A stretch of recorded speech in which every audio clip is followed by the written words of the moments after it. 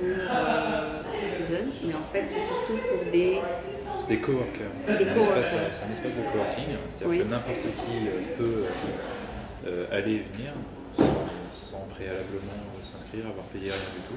Ouais. Il y a un espace juste derrière là, qui est gratuit, Oui. qui s'appuie sur des donations et C'est puis pour ça des que ça bureaux s'appelle fixes. Citizen. Oui, j'imagine. Je pense qu'il faudrait demander les origines, je ne connais pas bien. C'est le pendant, en fait, c'est l'un des tout premiers, il me semble que c'est le premier même à avoir créé un espace de coworking. C'est l'équivalent maintenant, si tu connais, de la cantine à Paris, qui est un espace aussi de coworking. Ça s'appelle quoi? La cantine. La cantine. On Paris, pensait c'est la plutôt que c'est soup kitchen, mais ce n'est pas un soup kitchen. Non, c'est vrai. Voilà. C'est Voilà, puis il y a d'autres- c'est plutôt travailler. Exactement. D'accord. Et donc toi, quand tu arrives à San Francisco, tu cherches des endroits où tu peux travailler, c'est ça? Gratuitement, voilà, c'est ce que je cherche. Parce que bizarrement, San Francisco, ça m'a beaucoup étonné l'année dernière aussi quand j'étais venu. Il n'y a pas vraiment d'espace avec Wi-Fi gratuit. Hein, oui, C'est-à-dire par que quand contre, on il y va. en a plein. Non, ouais, c'est ça, donc ici il y en a, mais quand on va à San Francisco, moi je m'attendais à avoir Wi-Fi partout, que Ah oui. ce soit gratuit. En fait, non, dès qu'on va à un Starbucks, il faut payer, dès qu'il y a un autre, il faut payer. En fait, il y a beaucoup de réseaux Wi-Fi fermés, c'est assez étonnant. Par contre, il y a quelques cafés où il ne faut pas payer. Il faut les trouver, oui, il y en a quelques-uns. Mais l'année dernière, par exemple, je suis passé par Hong Kong. Hong Kong, tu as plein d'endroits où quasiment tout est gratuit. Quoi. Et ici, il y a la bibliothèque qui est gratuite. Enfin voilà, c'est comme à Paris, il y a la bibliothèque qui est gratuite. Enfin, c'est des lieux où il faut aller. C'est vraiment, en fait, moi je m'attendais à avoir quelque chose de différent de Paris, c'est comme à Paris. Il y a Et 3 justement, cafés gratuits. notre mère est en train de travailler toute la vie sur Wi-Fi. D'accord. Mais il y a eu des oppositions parce que les gens qui vendent ça ne veulent pas. Oui, bien sûr, mais c'est dommage parce que c'est. Oui, il y a toujours les special interests. Exactement. Donc, Donc ils ne veulent pas que les bonnes idées s'implémentent. Il y a un gros débat, il y a un gros débat. Il y a un gros débat là-dessus parce que justement, ils ont essayé avec Google de faire que ce soit gratuit pour tout le monde et ça fait 1 an qu'ils essayent au plus. Il y a tout ce qui est WiMAX en fait, qui continue à se développer et qui permettrait a priori d'avoir des choses intéressantes. J'étais à une conférence là, où Intel prévoyait aussi le déploiement de WiMAX à grande échelle. À grande échelle, ça serait Si Intel, Google s'y mettent, ça va peut-être coller, après tout le monde va perdre de l'argent d'Internet. tous nos amis des télécoms qui mettent en place de la 3G vont avoir un peu peur. Mais il y a la 4G aussi qui arrive, donc non, ça devrait être. Ouais, mais ils vont sûrement faire de l'argent autre part, ils vont développer d'autres moyens de faire de l'argent. Oui, c'est vrai. Mais je veux dire, naturellement, de toute façon, j'arrive pas à vivre moi quand je suis déconnecté. Il y a la 3G, Oui, parce que c'est la très 3G, important. la 3G aide beaucoup. En fait, en France, je vois pas de problème si j'ai la 3G. Là, je suis aux États-Unis, j'ai pas mon téléphone normal, donc j'ai pas la 3G. Donc dès que j'ai pas Wi-Fi ou autre, je suis beaucoup plus. Ouais, parce que c'est ton outil de travail. Donc je sais pas non plus si ça va vraiment se développer ou pas, parce que quelque part, si tu as ton abonnement 3G, 4G ou autre chose et que tu peux te connecter après partout, c'est pas. Enfin, Ah oui, oui, si mais tu il faut peux. payer quand même son abonnement. Voilà, c'est ça. Quand on est étudiant, c'est moins. Ici, je paye, disons, 9 $ en plus avec SBC Global, qui est mon abonnement pour avoir le téléphone à la maison. Et je peux aller dans tous les Starbucks et tous les cafés. Voilà, c'est ça, mais je paye un peu plus. Okay. Par contre, si tu n'as pas ça, donc tu dois payer effectivement un Starbucks. Mais tout ça, c'est tous des moyens de faire du profit, mais bien sûr, on peut toujours... Mais toi, t'es américaine, c'est pour ça il faut... Alors moi, j'ai la double nationalité. Pratique. Et je suis franco-américaine. D'ailleurs, justement, hier soir, j'ai vu Capitalism, I Love You de... Tu sais, Michael Moore, il a fait une... Ouais, je l'ai pas vu encore. J'ai vu la Enfin, je l'ai vu à la télé, Michael Moore. Et il parlait justement 1% de la population qui a autant de revenus que 95% combinés. Et il pense que c'est une injustice. On en fait partie, moi je sais que j'en fais partie. Il y avait un site web, je ne me rappelle plus de l'adresse, on tapait son salaire, il disait dans quel pourcentage de la population on se situait. Et même si on mettait quelque chose, je ne sais plus, pour rigoler, je mettais genre 5 000 euros par an. Tu es toujours dans le... 5 000 euros par an, on est toujours dans vraiment tout en haut du meilleur du meilleur. C'est là qu'on se rend compte qu'il y a beaucoup de gens qui gagnent. Il y a beaucoup de gens qui gagnent pas grand-chose. Après, mettre entre parenthèses au niveau de vie, il y a des endroits avec 3 $ on peut vivre. San Francisco avec 3 $ par mois, on fait pas grand-chose. Voilà, c'est ça. On va réussir à niveler la chose, c'est pas évident. Oui, mais il y a des gens qui trop. Il y a une inégalité énorme dans ce. Je suis tout à fait d'accord. Donc lui, il veut justement. Il travaille dessus justement. Donc, un de mes projets, c'est justement de réduire ce genre d'écart.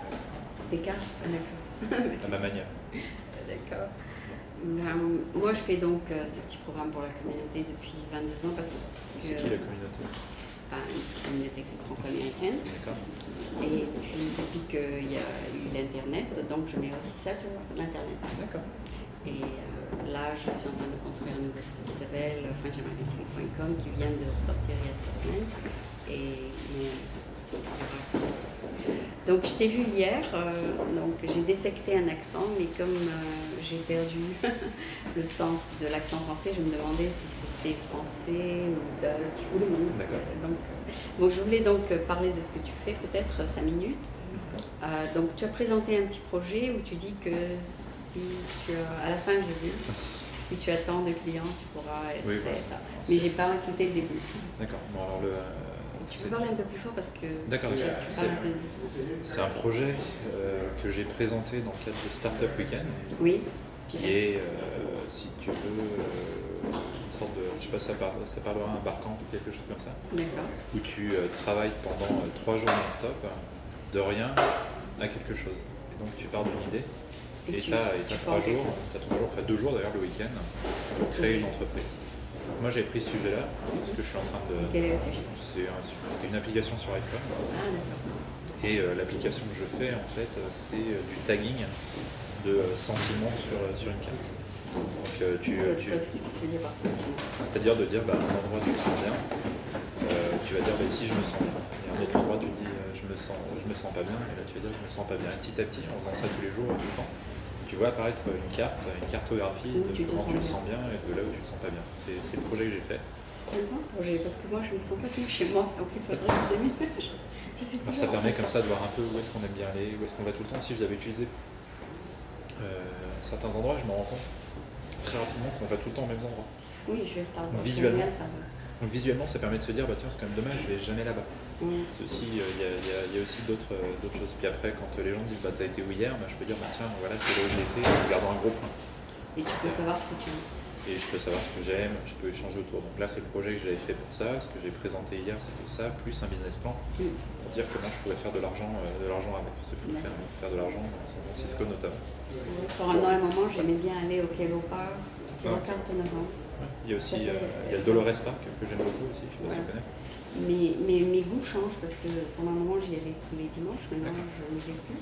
Ça permet de tracer ce genre de choses. Donc là j'ai lancé l'application sur l'App Store, j'attends d'être approuvé. Puis après je vais voir comment les gens adoptent ça plus ou moins et si c'est adopté je pourrai aller plus loin. Et donc s'ils peuvent déterminer où ils aiment être, ils peuvent déménager, ils ne pas être où ils sont. Ça sera des étapes d'après. C'est-à-dire que ce que je peux faire après, c'est remonter ces données-là, donc permettre à des personnes de créer eux-mêmes des groupes, des profils, de se retrouver autour de profils communs. Mais tout ça, ça demande du travail de l'autre côté de l'iPhone. Et ça, c'est beaucoup de choses, c'est beaucoup d'investissement.